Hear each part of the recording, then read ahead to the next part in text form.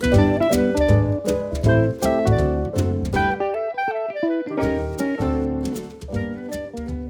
and welcome to this episode of Rare Book Chat. You know, a lot of people really want to be popular novelists. Like, people say that. They don't say, I want to be an obscure novelist, do they? It's kind of sad. Think about it. I still think, if every time I see a sunset, I'm like, I wonder what I could do with that. You don't think that. It'd be nice to think that you think that. Get out my Etch-a-Sketch. It'd be great on it, just get. But the reason I bring this up, did you see this list? Capitol Hill Books put out a list. American Dime Novels. I did see that. That was really cool. Yeah, I love this list. I got to go through it quickly with you because I could spend a little too much time on this, perhaps. I love the artwork of these books. I gotta say, the cover image they have in their list. Look at this guy. One of the guy is writing at his desk, and there's a guy with a knife who it has to be said, looks evil. He's about to plunge that knife down the guy's back. Whew.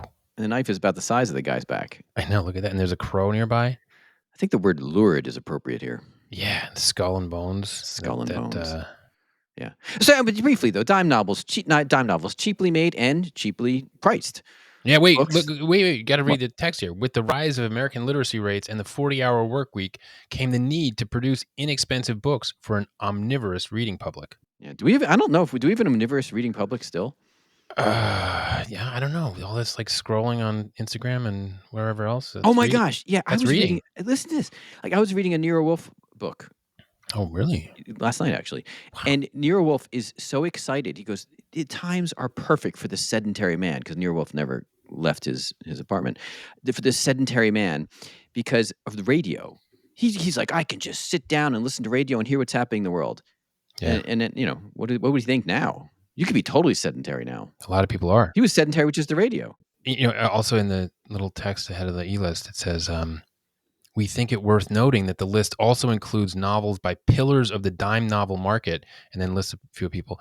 And it says between the four of them wrote approximately a gazillion billion books. Approximately. All of them more or less forgotten until now. This is high quality cataloging. It is. This is cool.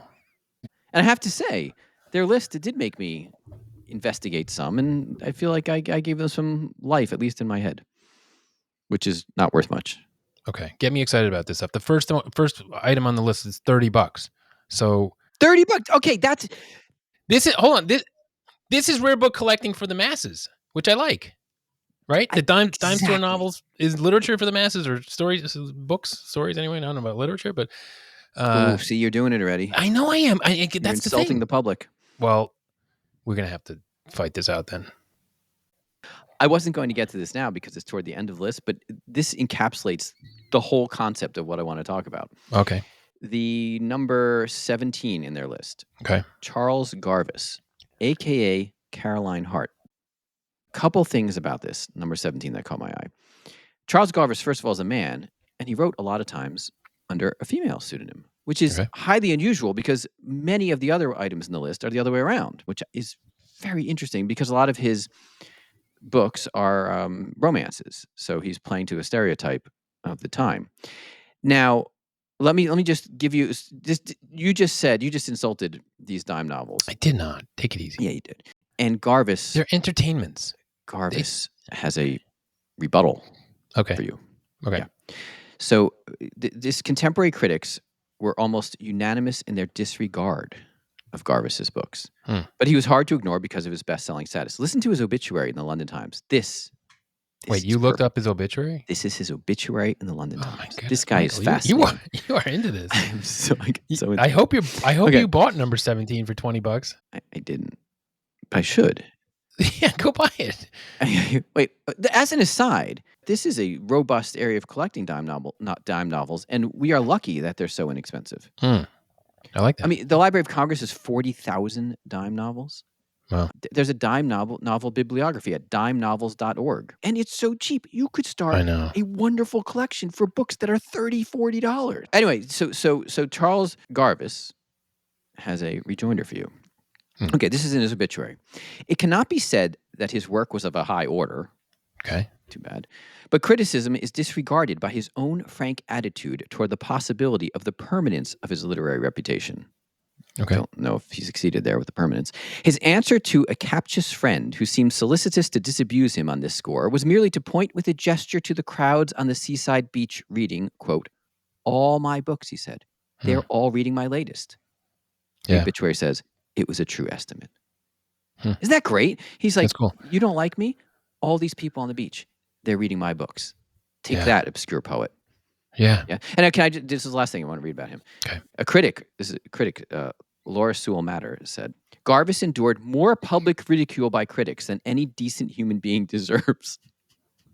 Wow. Okay.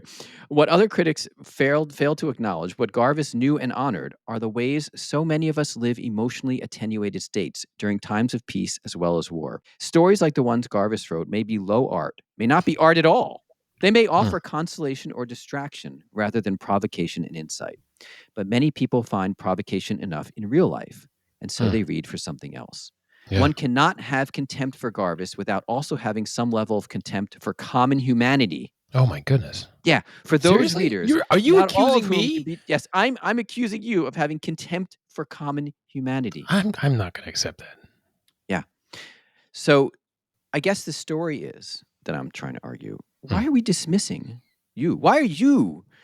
I just made a dismissing- distinction. I'm just making a distinction, and I know there's all sorts of different ways to define, whatever entertainments and dime novels, and I mean, but there's also Shakespeare and Chaucer too. You heard of him? I heard of them. Yeah.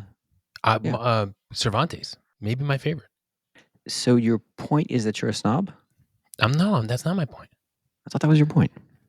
My point is just that the word literature has some meaning that that historically and culturally, whatever, that shouldn't just be discarded. It does point to some kind of distinctions between really, rich stuff and stuff that's maybe a little flimsier.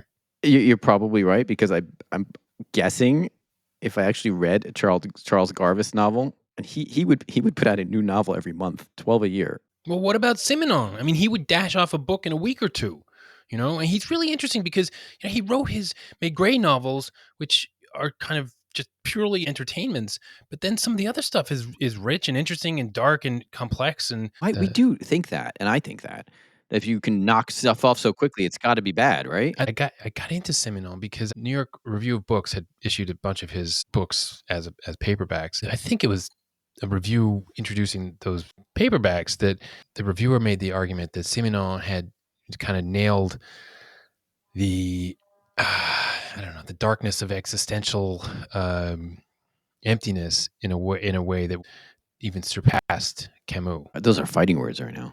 I'm reading The Pest again. Those are fighting words. I don't really feel like fighting though. I don't want to fight about it, but I've got, there's a book, The Man Who Watched Trains Go By, which is good. And, Simenon wrote some really interesting, powerful books. And he wrote some, very kind of, I know we like our artists to suffer. he used to copulate during his workday. He was like, he was like a sex fiend. And if you read about him, it will always come. You know a little too much about him. Well, I'm interested in him. And it's part of the legend of Simenon. He's a madman. He's a really. Anyway, let's go back to Dime. You are sounding like a madman right now. I did not mean to hijack this, but I just on the point of literature and entertainment to use the term. I mean, Graham Greene would refer to some of his books as an entertainment, right? So yeah, I guess that is a distinction. Yeah, but do you realize that in 1913, Garvis sold 1.75 million novels in 1913 alone? Wow. I'm messing around, but I have to agree with you. I mean, I'm sure if I read a Charles Garvis book, I'd be like, why would I read another one? But I might be insulting the people. I might be insulting all those beach readers in 1900. I don't think you have to worry about whether or not you're insulting people. I'm worried. Well, who cares? Number one, they don't care about you. Even if you did insult them, they wouldn't care. They're dead, first of all. But I like to think of people as like a concept. that sounds so insulting. See, that's kind of problematic. No. I like to think of people in the past as people I care about. Well, I didn't mean to get sidetracked by Mr. Garvis, because you're right. His books probably aren't good, but what's interesting is they give you an insight into what was popular at the time, and I think that's valuable.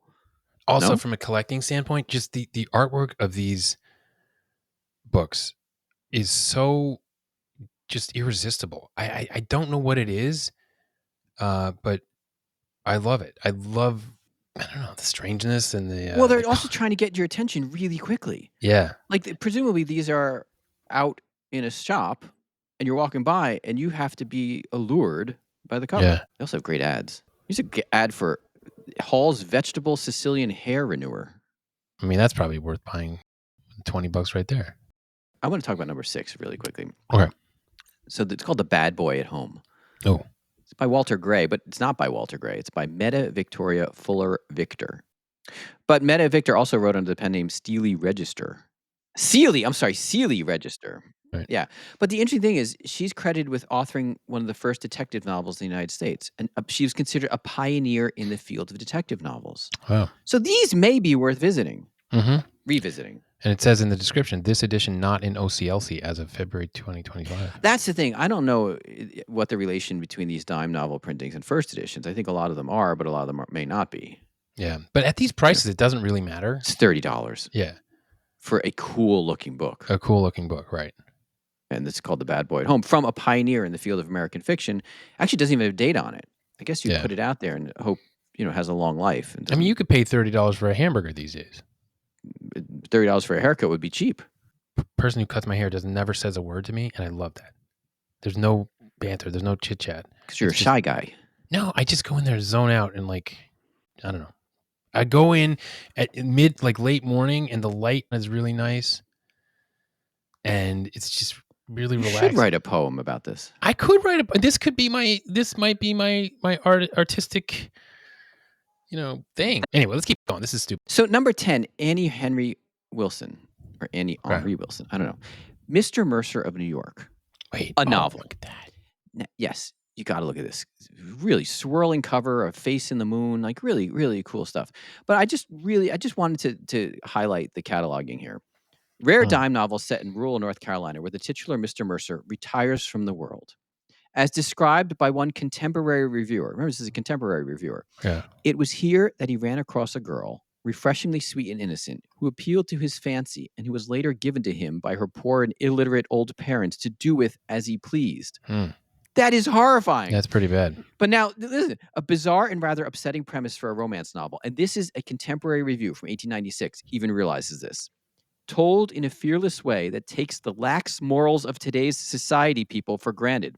So in 1896, the review is making fun of the lax morals. I like that. That they were aware, as we would look at that and say that. Jeez. That's some seriously lax morality.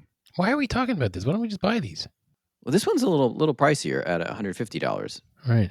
Okay. But I find it interesting. The review of the time adds a lot of context because we'd be like, whoa, did people see that as okay? Yeah. I like how the Kansas City Journal in 1896 did not see that as okay. It's also interesting that they're bothering to review it in the first place. Yeah, well, it's popular, right? Right. I like it. I'm eye. sold. I think this is great. Yeah, and now I want to jump to number 13. So number 13 is Shadowed by Three by Lawrence L. Lynch. But it's really Mrs. Murdoch E. Van Daventer. And she was so popular that another contemporary reviewer, Liverpool Mercury, 1900. Not even the creator of Sherlock Holmes can boast so large a circulation. For more than 1 million copies of Lawrence L. Lynch's books have been sold. Wow. I like that. Detective novels that are more popular than Sherlock Holmes. Amazing. Interestingly, she took as a pseudonym her first husband's name, but then they got divorced, or he died or something, because they weren't married that long. And if he were divorced, he's walking around. People are like, oh, you're a popular novelist. He's like, I don't know what you're talking about. Isn't that weird? Yeah. Yeah. But anyway, think about that. She was considered more popular than Sherlock Holmes in the same genre. Wait, than Holmes or? I'm sorry, more popular than Arthur Conan Doyle. Right. In the same genre. And now we don't read Shadowed by Three, or I don't read. Maybe you read Shadowed by Three.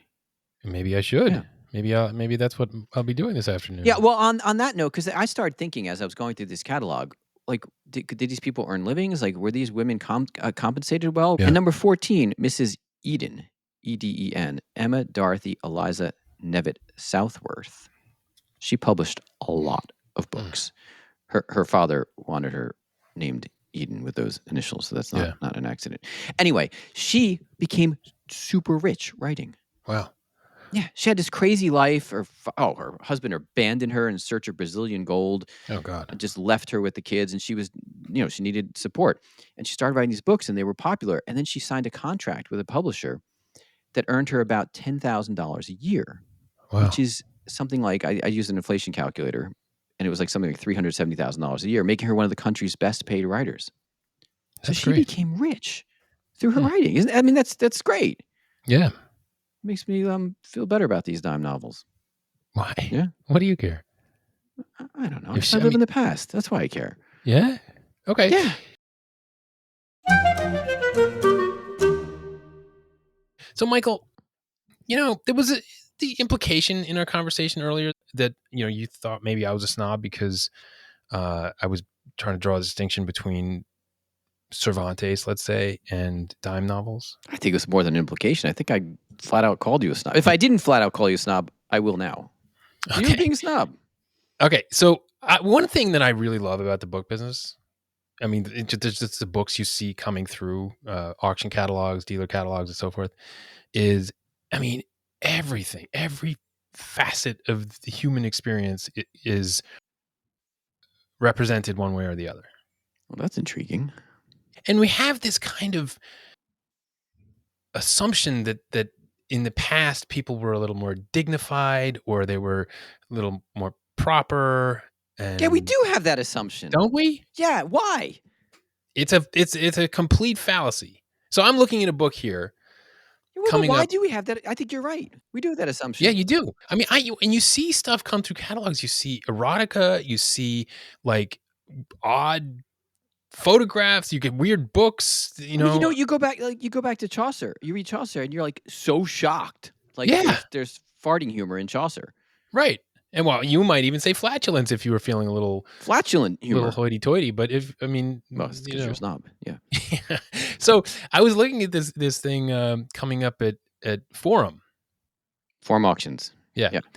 and its sale is on March 6th. So lot number 93. I got to go to that. And this caught my eye. So this is, this I'm me saying to you, it's not just Shakespeare and Cervantes that I'm interested in. It's also this scatological thing.